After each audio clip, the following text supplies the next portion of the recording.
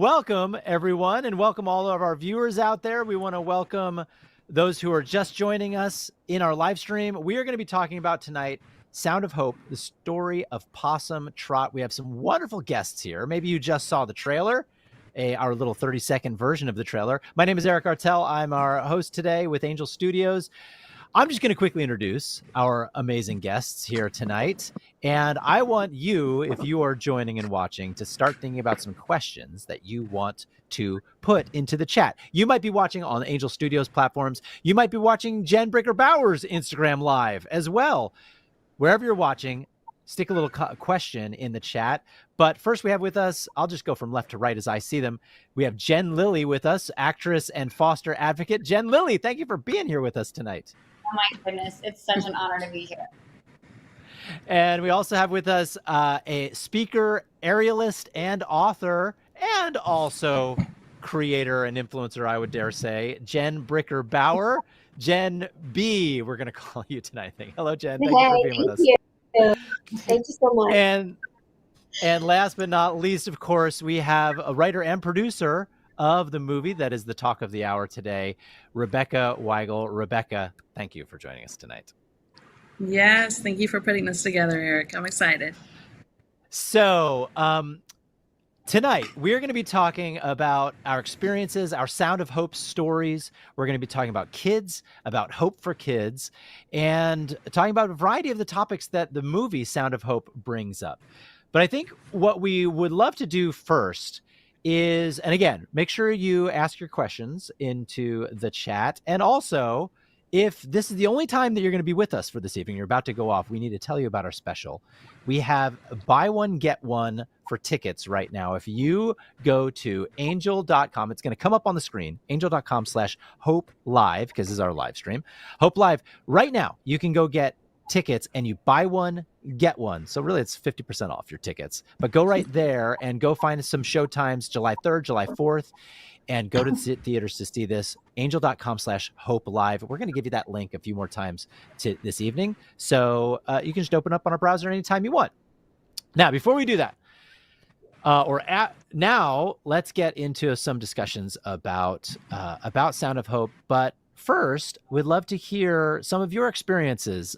We know we have a breadth of experiences here in our live stream when it comes to foster care and adoption. So Jen Lilley, we'd love to maybe come to you first. We know you're a mother of 4. You've served as a foster mom for 8 years, I believe it is.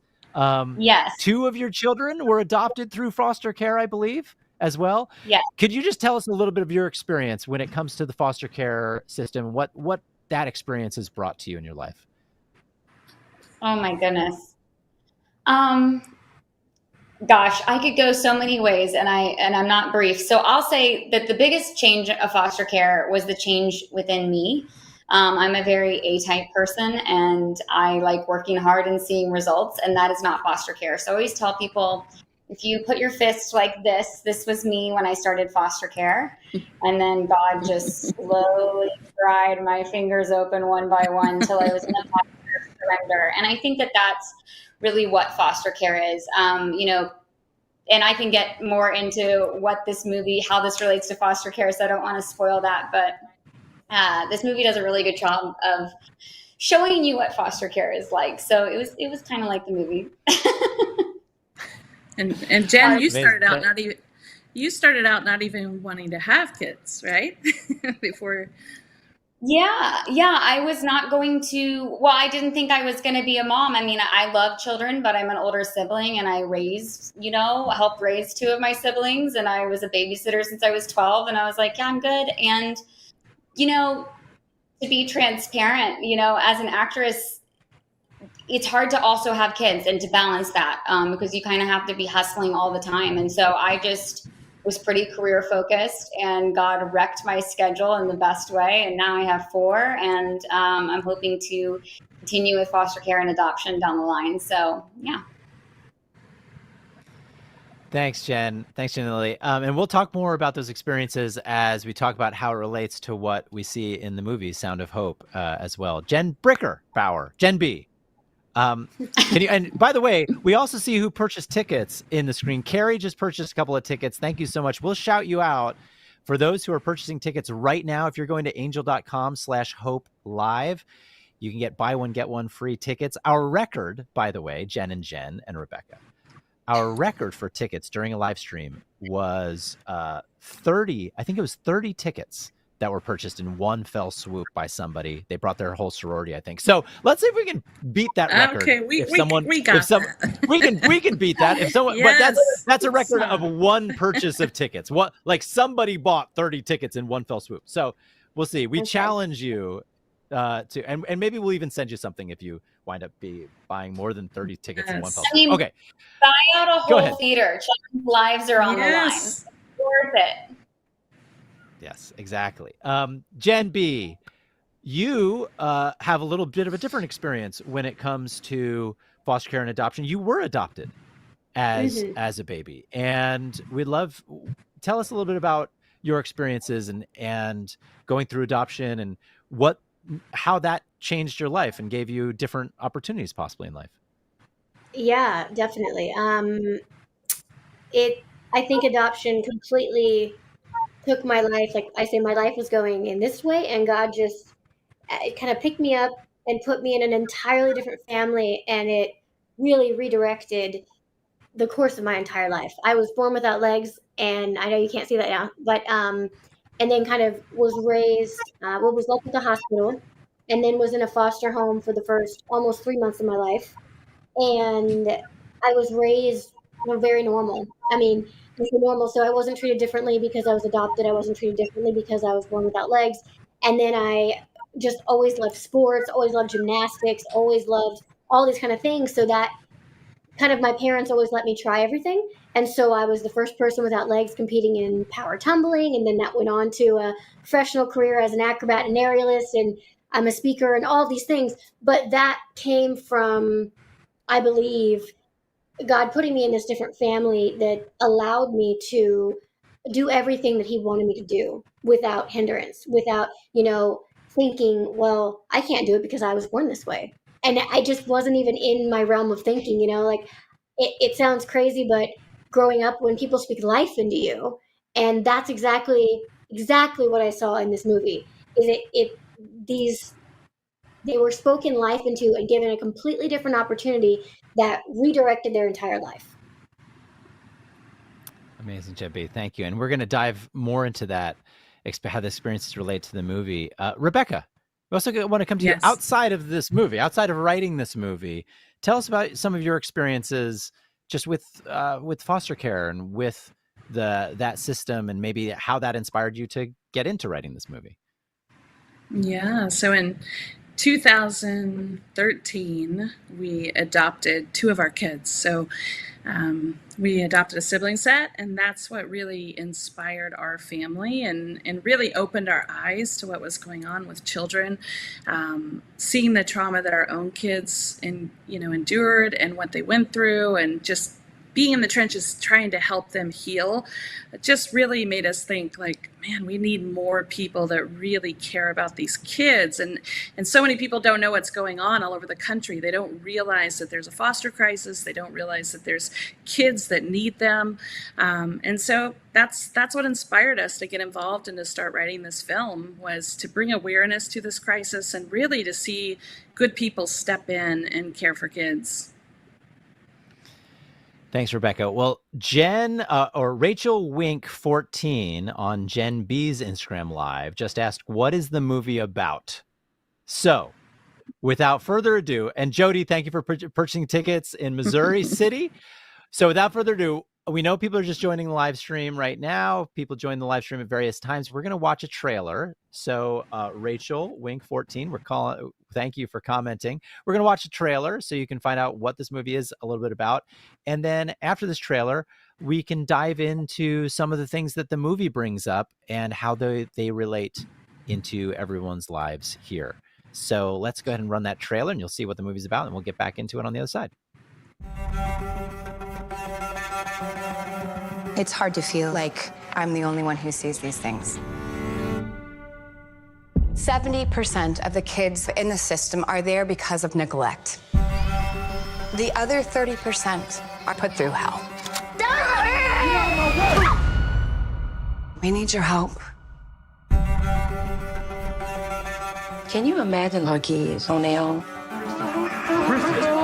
We can't just look away. The state ain't no family. Are you sure these people want us? I know they do. You can call me Mama. Oh, Lord.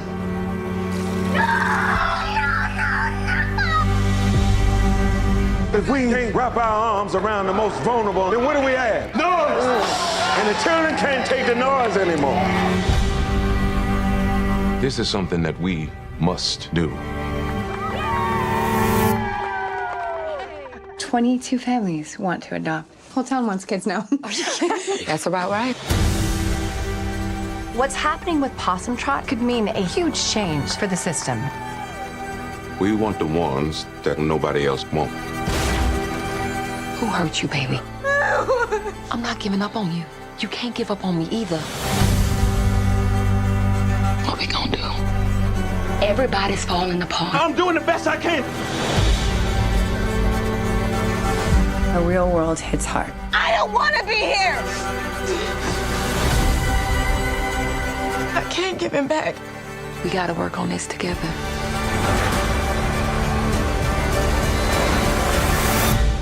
We your people now. And love never gives up.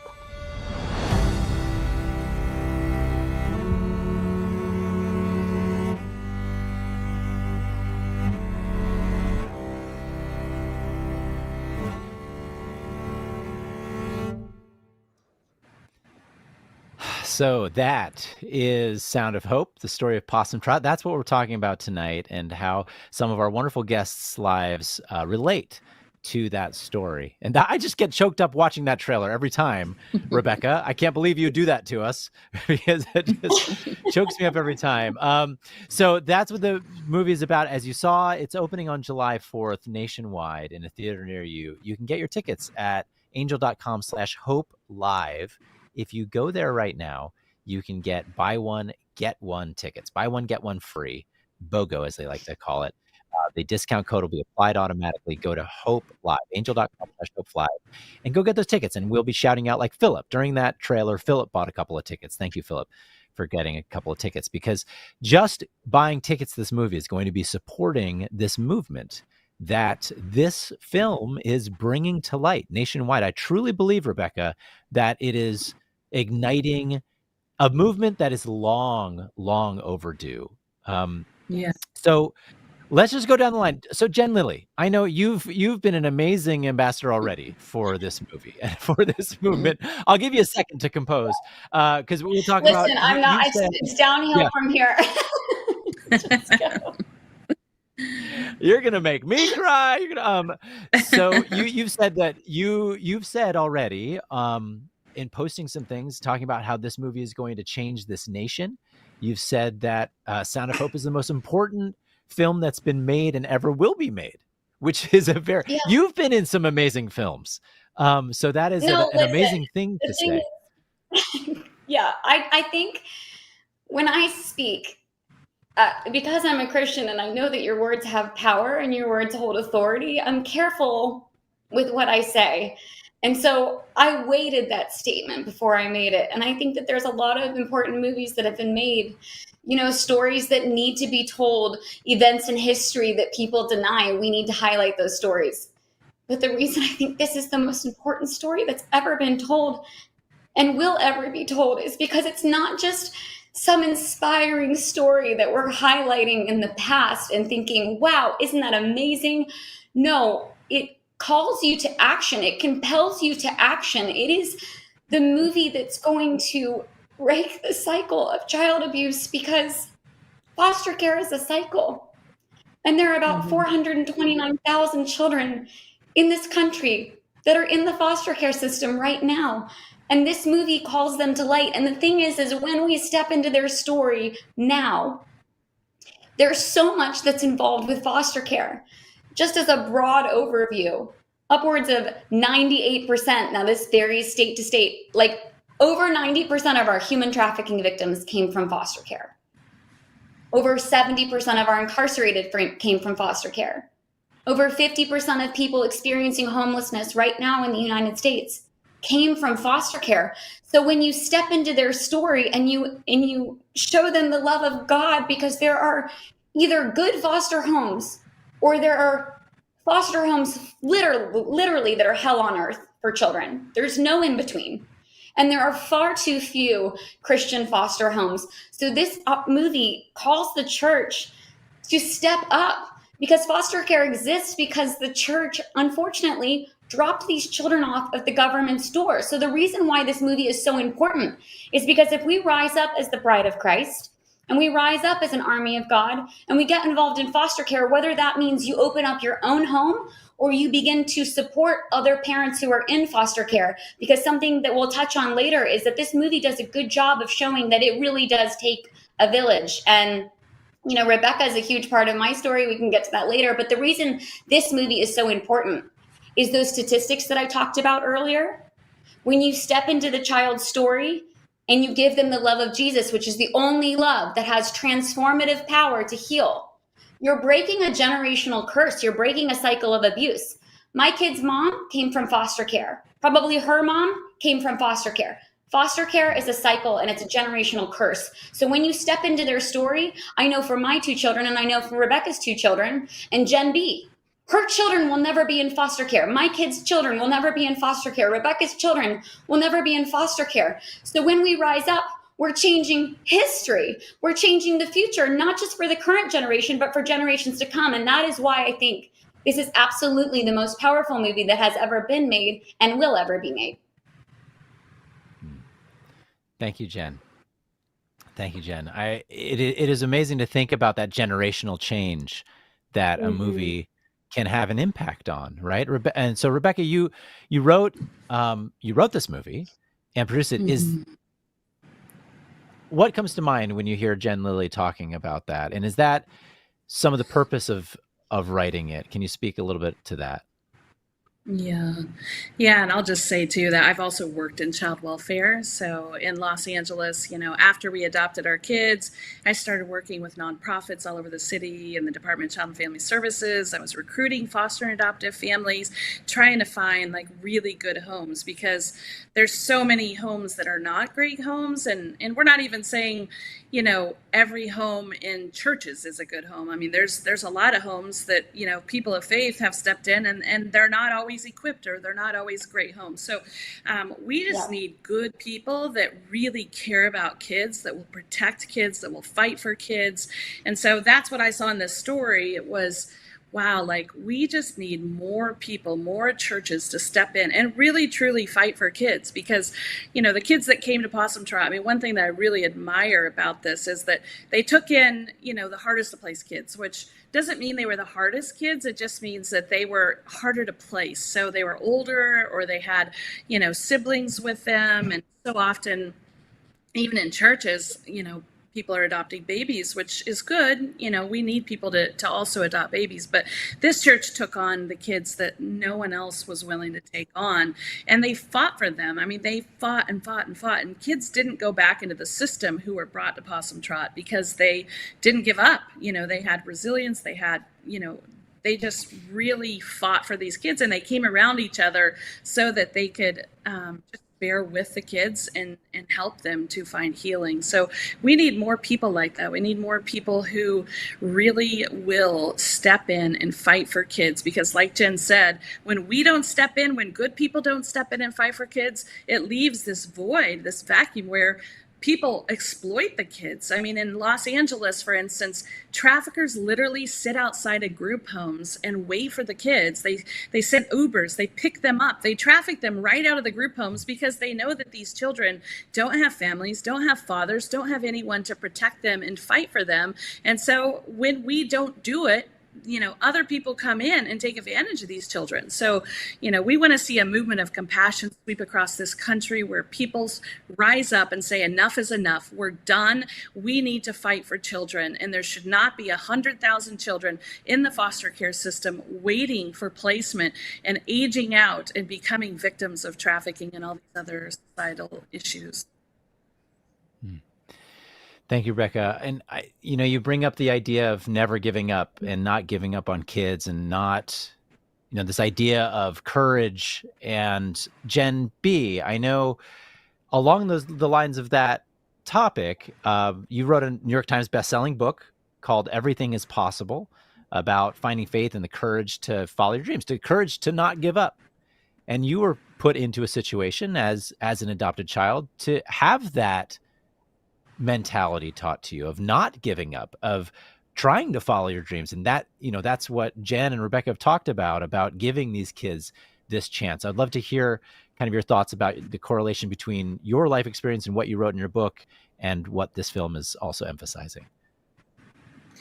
Yeah, I mean, I kind of mentioned it earlier, but I think I'm an example of exactly what they're talking about. I mean, exactly what one family can do to one person's life, and maybe mine seems a bit, I mean, everybody's, compared to some of the stories in the movie, mine is not extreme, but a lot of people who talk to me, they think, oh my gosh, you were born without legs, left in the hospital, not given a name, all these things. And that sounds very extreme and is very extreme for a lot of people. So definitely in a different family, even in a different adoptive family, my life could have been very, very different.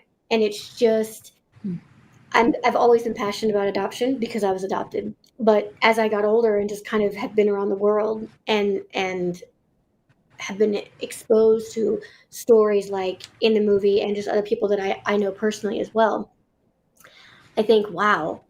I mean, really, it is exactly what Rebecca was saying and Jen was saying, that just the trend, like if no one's fighting for you, like if I would have been in a different family who would have viewed me and raised me as a handicapped, disabled person who had something wrong with them, who was, what I mean?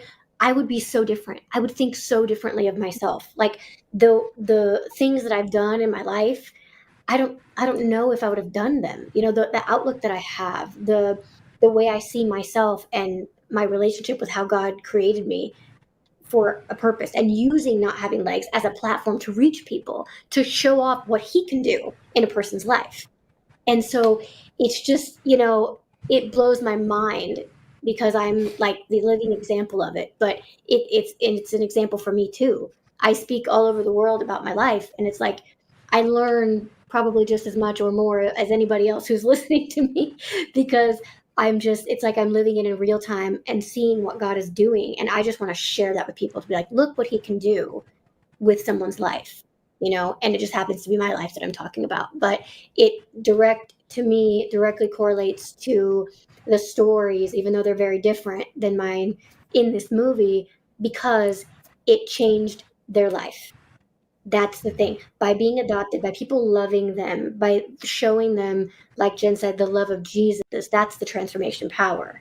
And I think that's the only thing that can give you the strength, the perseverance, and the endurance and the sacrificial love to do something like that. This movie is, like Jen said, totally convicting. I think it will absolutely set a fire and just this sound wave through the world. I hope. That's my prayer. I've already been praying for this, because we watch it and we're just like, I'm on fire, and I'm already adopted. I'm already a fan of adoption. I'm already an advocate for this. You know what I mean? And I'm convicted still. And I'm like, what else can I do?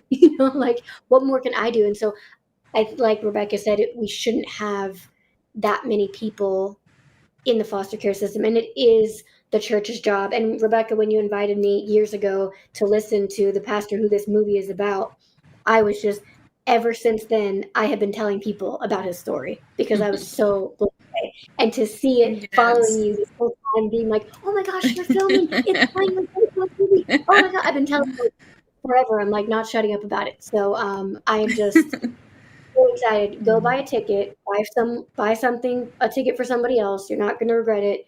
It's just, you have to see it. Yeah, I remember Thanks, that. Jen B. I actually, Eric, the first pastor's event. So when I heard about the Martin story, I brought him out to speak at a pastor's event. And Jen Bricker was at that event, that very first event, hearing Bishop Martin's story in Los Angeles.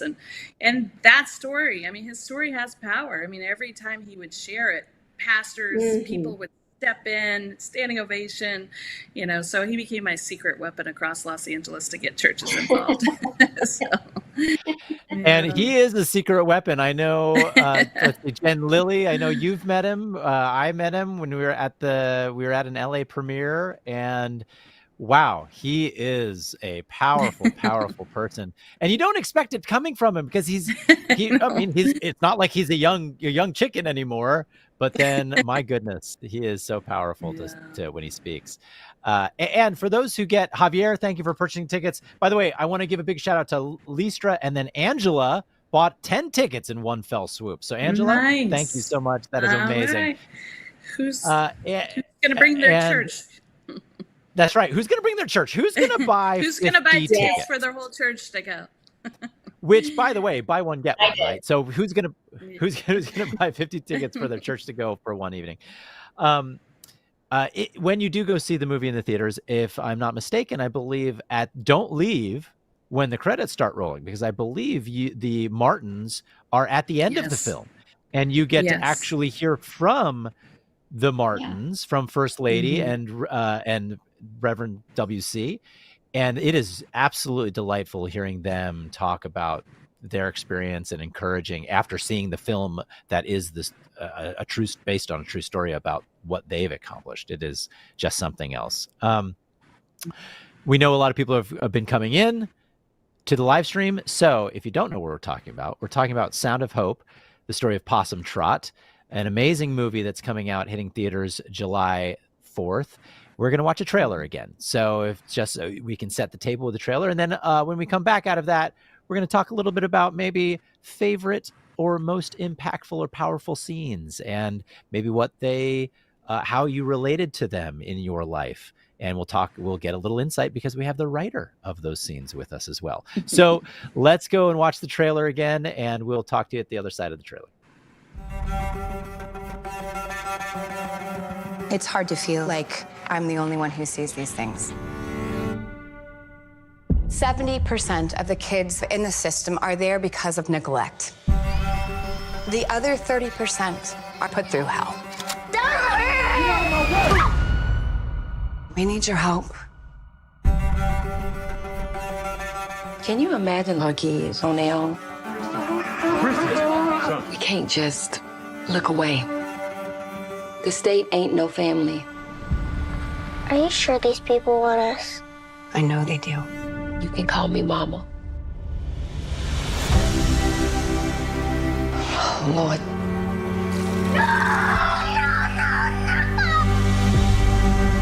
If we can't wrap our arms around the most vulnerable, then what do we have? Noise! And the children can't take the noise anymore. This is something that we must do. 22 families want to adopt. Whole town wants kids now. That's about right. What's happening with Possum Trot could mean a huge change for the system. We want the ones that nobody else won't. Who hurt you, baby? I'm not giving up on you. You can't give up on me either. What we gonna do? Everybody's falling apart. I'm doing the best I can. The real world hits hard. I don't want to be here. I can't give him back. We gotta work on this together.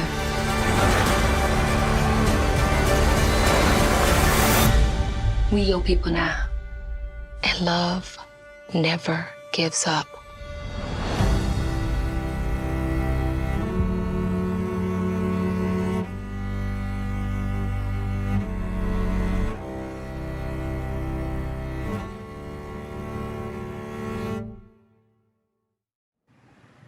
So Sound of Hope, the story of Possum Trot. You can get your tickets right now if you go to angel.com/hope live, angel.com/hope live. Buy one, get one for July 4th opening. See if you can beat Angela, who bought 10 tickets in one fell swoop. But, we talk about the tickets. Yes, thank you, Angela. We talk about buying the tickets. It's not to just make sure some seats or people are in the theater. It is that, of course. But the more you go to support this movie, the more the message gets out to the world, and the That's right. stronger of an indication to society about how important this issue is. Right, Jen Lilley? Yes, that's a huge part of it. I was like, I'm going to explode. I'm so glad you called on me. Yeah, that's really how Hollywood works. Through watching this live stream, they don't always love to give sunlight to issues like this, and we saw it with Sound of Freedom. And I think that Sound of Hope can do even more. And, I do want to encourage everybody. I'm so moved every time I see this trailer, and it was so amazing meeting Bishop Martin briefly. And I told him, I said, isn't it amazing that your one act of obedience might just not have saved the children around Possum Trot, but it might end up igniting a movement that gets all 100,000 awaiting placement homes. And so I would just say, just be obedient. Like, don't be afraid. Go and take a friend. This movie is so good. I took my best friend who's also in film. And when you're in film and when you're in Hollywood, you can be very pretentious and snobby about movies. And I will tell you, not only is the writing incredible, the acting is perfect. It was perfectly cast. It was perfectly edited. The soundtrack is perfect. The lighting is perfect. The cinematography is perfect. The editing is perfect. The costume or wardrobe is perfect. The way even the actors played, like the directing is perfect, because even the way the actors played the scenes, like, which is nitty gritty, nerdy stuff that maybe only actors appreciate. Like, there's levels and there's arcs even within every scene.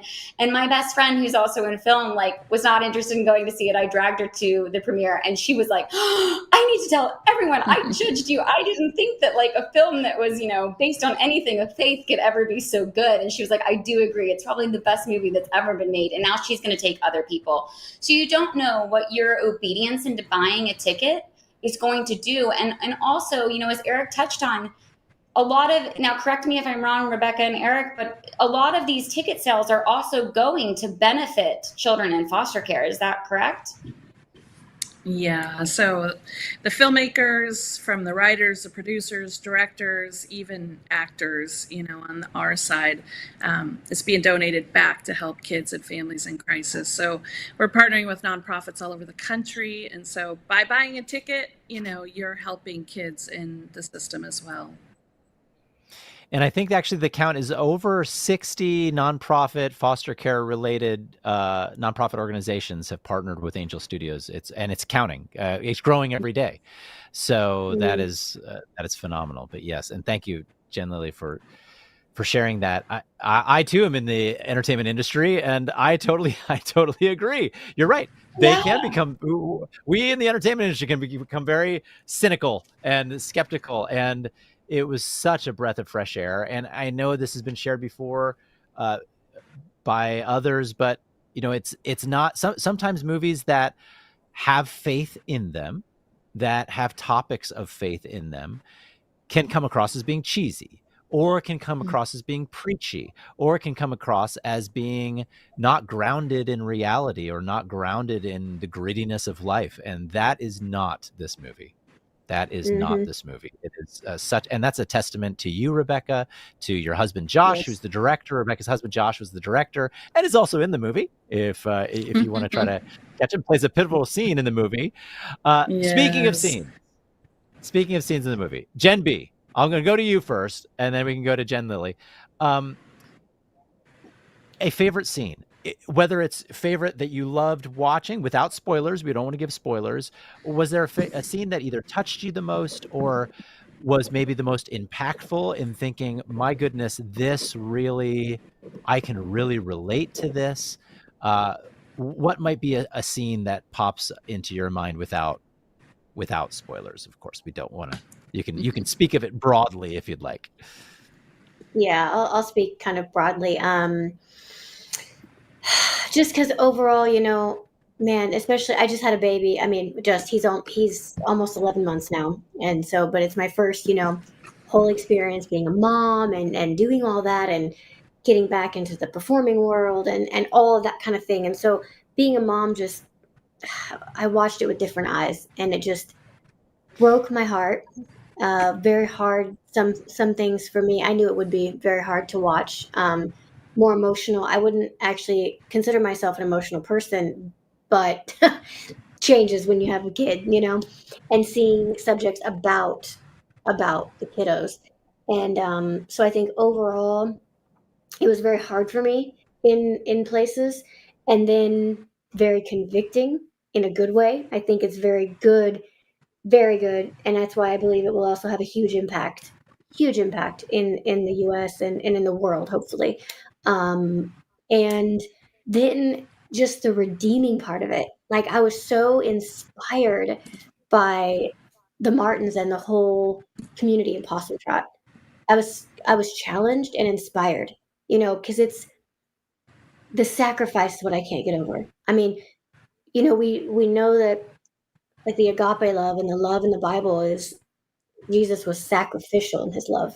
It's kind of hard sometimes to relate here because it's just different here, in the world we live in. But they truly could not have been more an example of the sacrifice. I mean, they sacrificed their life, their idle time. They're just, I mean, by taking in, like, not just, like Rebekah said, a baby, but kids that have been through things, and that affects your life. And I'm really glad, Rebekah, and I knew you would, that you show the grittiness, the reality, you didn't water it down, you didn't shy away from it. And that was really, I knew it would be that way, but just seeing it was just like, yes, it brought the depth. It brought, you know what I mean? Not that it's like an overly heavy movie, because there's so much redeeming about it. Like, that you're just like, you walk away feeling good. You don't walk away heavy. You walk away convicted, which is good. Conviction is a good thing. And but also just like blown away, inspired, and moved. And I know that was very broad, but that's just the overall, like, how I felt watching it. And my husband was like, I think that's the best Christian movie I've ever seen. Yeah. Yeah. I You did a mean, really good job. Jen B, when you're talking about that, as you're talking as a parent, I'm a parent as well. And I think I've never had such waterworks as I have since becoming a parent. When you watch things like this about children and parenthood, and a couple of scenes that come to mind, and they show it in the trailer too. There are a couple of scenes of, for instance, First Lady Martin, when she's kind of discovering certain things about these children. I mean, just such powerful, very simple. It's not, it's not in your face. It's not hit you over the head with egregious or what is the word? When there's too much of it. Gratuitous. Thank you. It's not gratuitous, but like you said, Jen B, it shows the grittiness of it, and what that would be like. And I put myself into the parent shoes of what that would be like. Jen Lilley, is there a scene that tends to come up that you think about, that you can relate to your own life, or something that was really powerful? Well, I definitely have a favorite scene, but going back to your very first question, which ties into this question, because I was waiting for this question.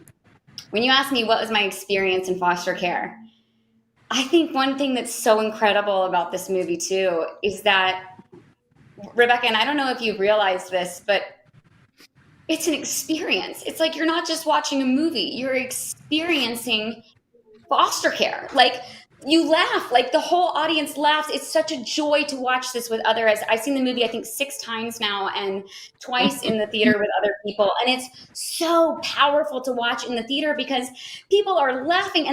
And like I said, with the scene work, it's like there's arcs and there's levels, and you're laughing and you're crying and you're laughing, and and there's like glorious moments and hard moments, and there's peaks and there's valleys, and that is foster care. Like, it's an emotional roller coaster, but it's so rewarding. I mean, it's the best thing I've ever done. I'll tell you, my favorite scene in this movie is it's the day after Bishop and First Lady Martin want to give up. And they're in church, and they just are very transparent, and they ask the community if they're also feeling like they want to give up. And then there's the most powerful song I've ever heard in my life, which needs to be sung in every church. And my sister-in-law, I invited my whole church, and my sister-in-law is our worship leader. And I was like, so we better start doing this song. And that's all I'll say. You'll know the song. It's amazing. That's my favorite scene.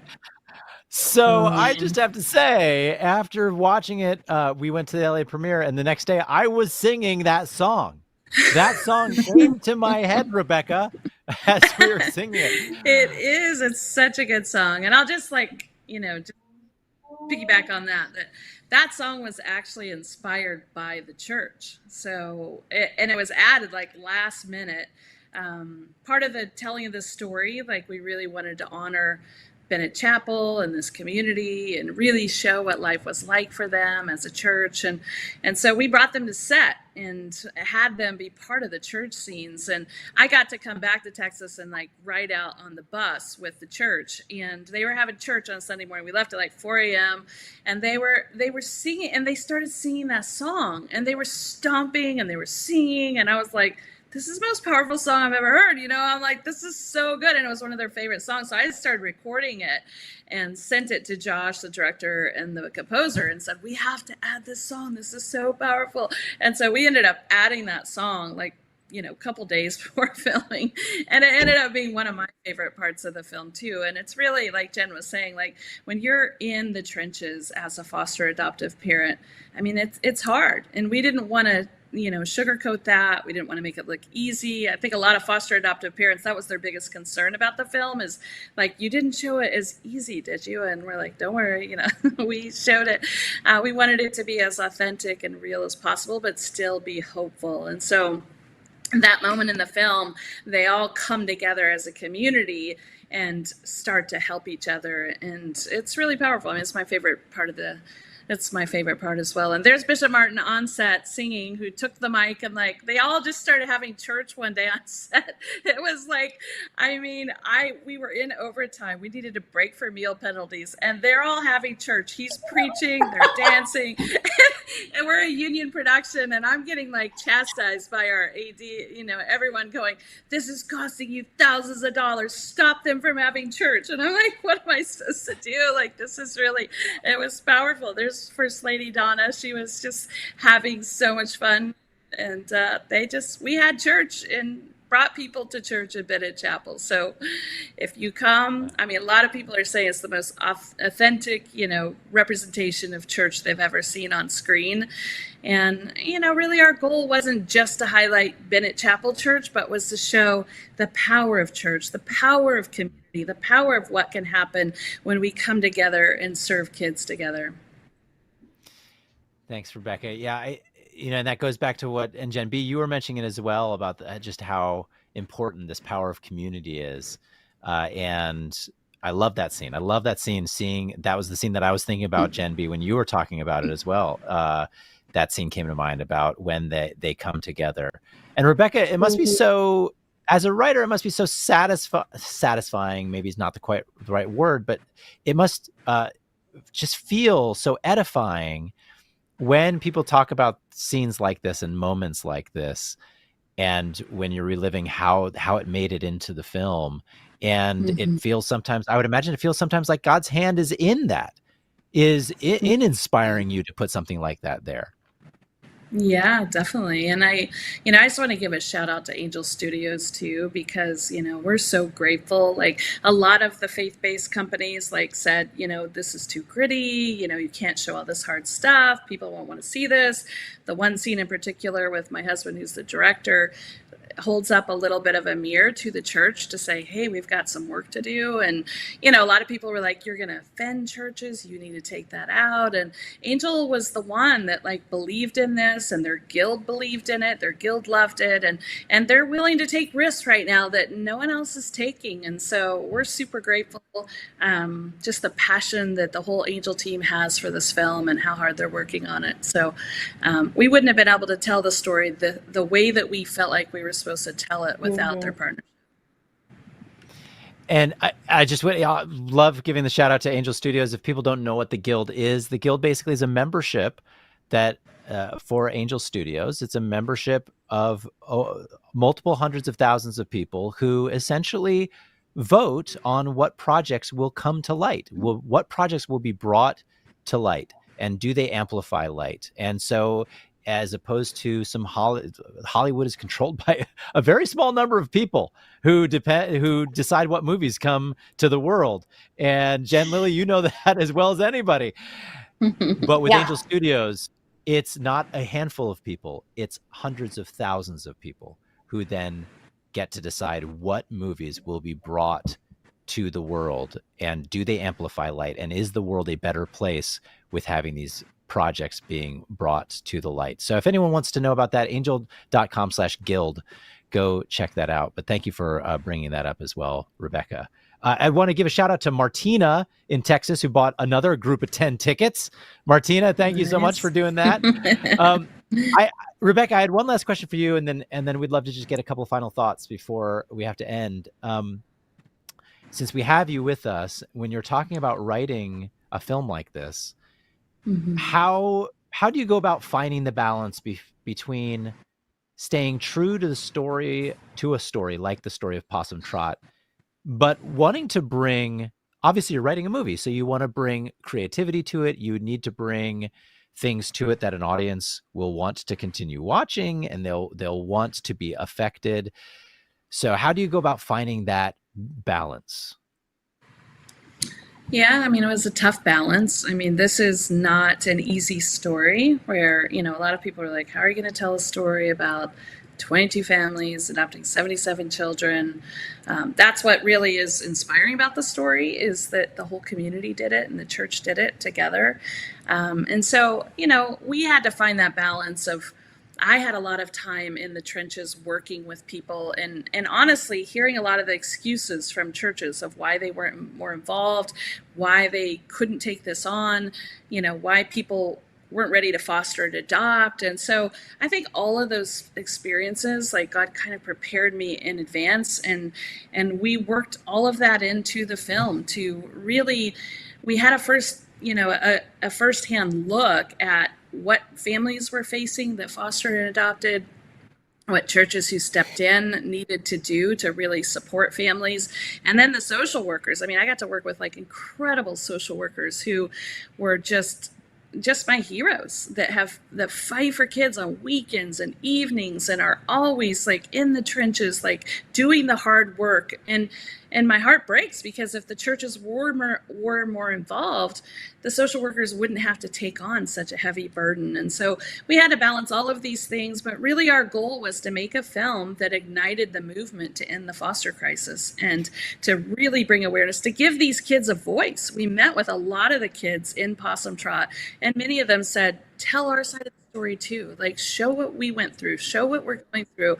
So we wanted to give the kids a voice, and really, once you see it, I think it's harder to turn away. You can't drive by an accident and see people in the road and children in the road and not stop and help. And so our goal is to help, people to see what's going on and to really get involved in this crisis. So, but balancing that with fun, like Jen said, where it's, you're going to be laughing, you're going to be crying. It's an amazing, compelling story, and we're just really honored to be here and be able to tell this story.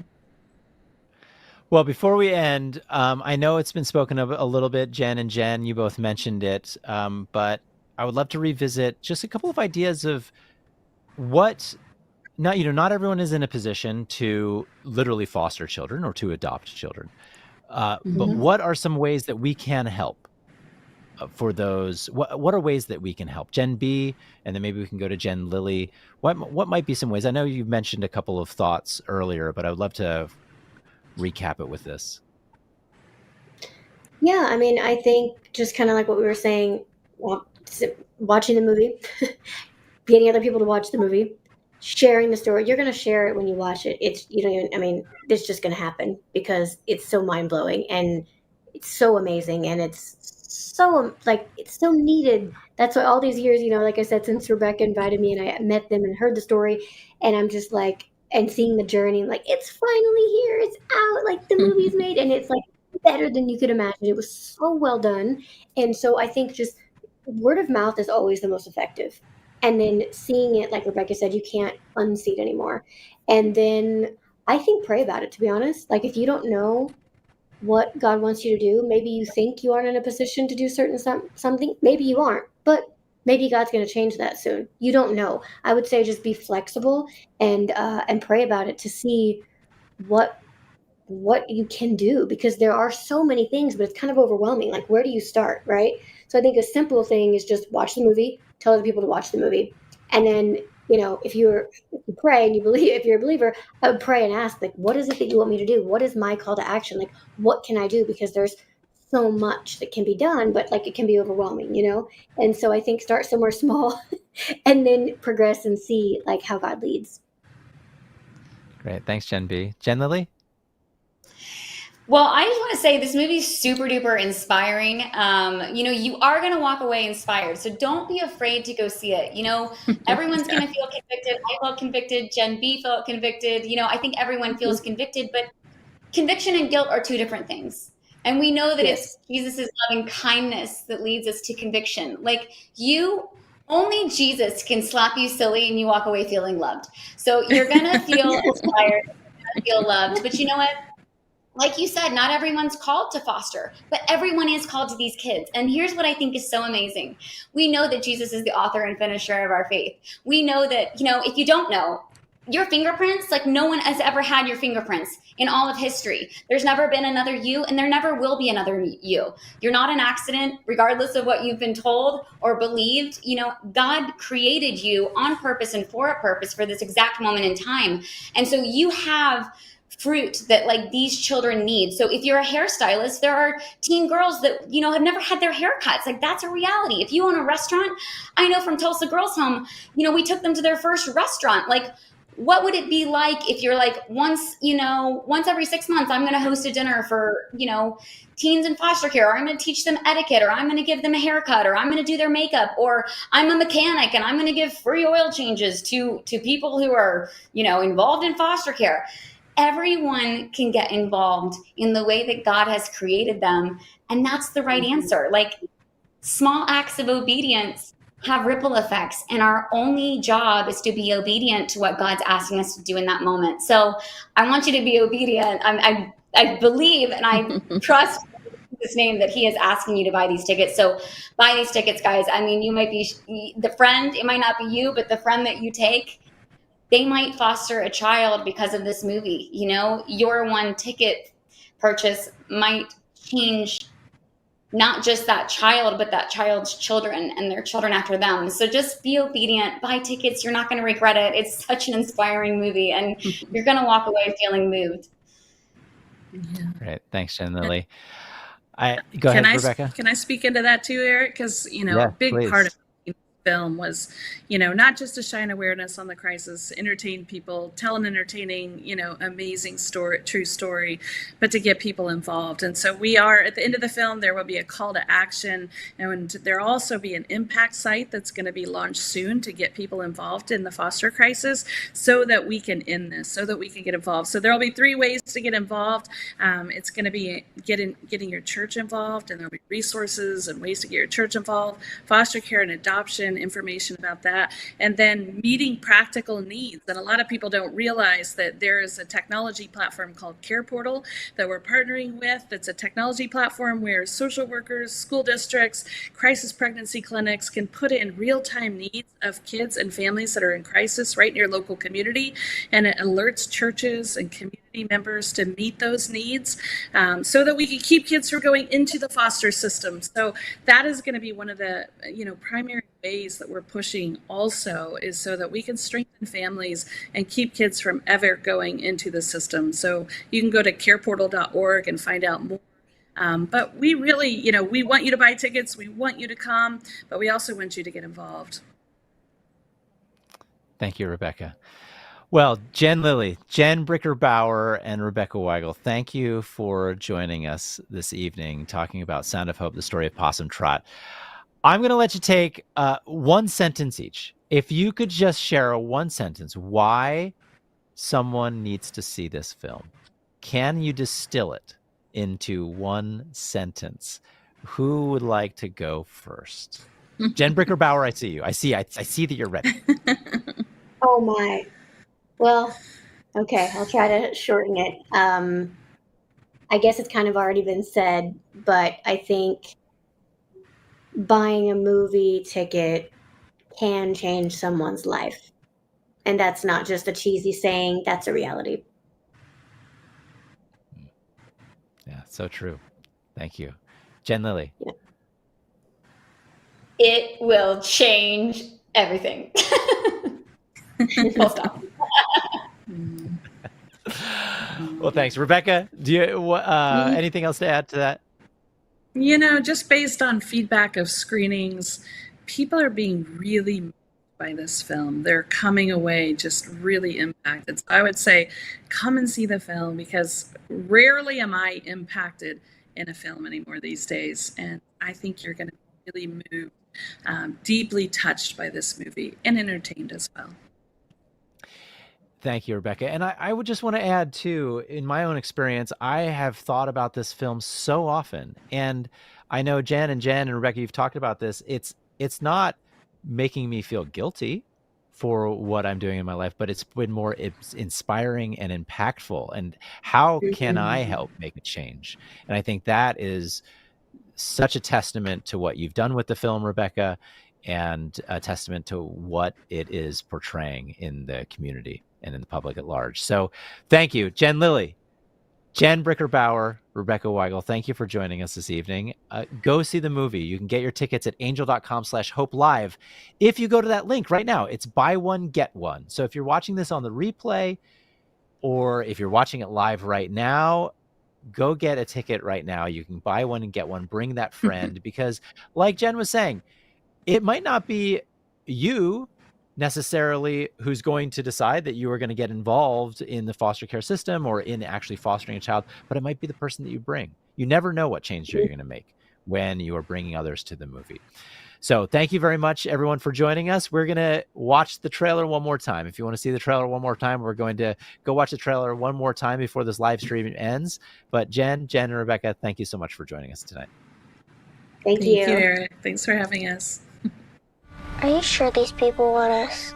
I know they do. You can call me Mama. It's hard to feel like I'm the only one who sees these things. 70% of the kids in the system are there because of neglect. The other 30% are put through hell. We need your help. Can you imagine our kids on their own? We can't just look away. The state ain't no family. Are you sure these people want us? I know they do. You can call me Mama. Oh, Lord.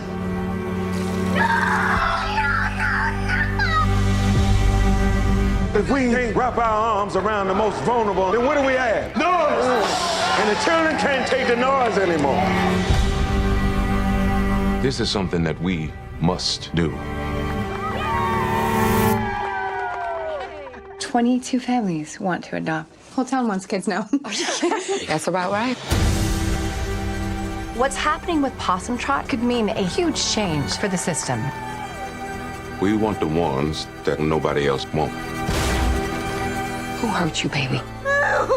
I'm not giving up on you. You can't give up on me either. What we gonna do? Everybody's falling apart. I'm doing the best I can. The real world hits hard. I don't want to be here. I can't give him back. We gotta work on this together.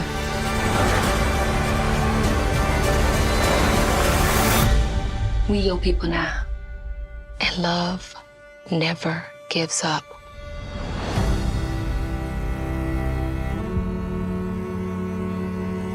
Hi, I'm Elizabeth Mitchell, and I play Susan Ramsey in the powerful new movie from Angel Studios, Sound of Hope, the story of Possum Trot. An army of hope is assembling for kids this July 4th in theaters everywhere. This movie is based on the true story of a small community in East Texas who decided to embrace kids in the foster system nobody else would take. 22 families took in 77 children who were in the greatest need. It's a beautiful story of hope and love, and I'm so excited for you to see the power of families coming together to stand up for the most vulnerable amongst us, our children. The goal is to bring together this army of hope, starting this 4th of July, 1 million strong, for the 100,000 kids in America who need a home. Click the link below or go to angel.com/hope to get showtimes right now. Help us send a loud message together that there should never be a child without a home.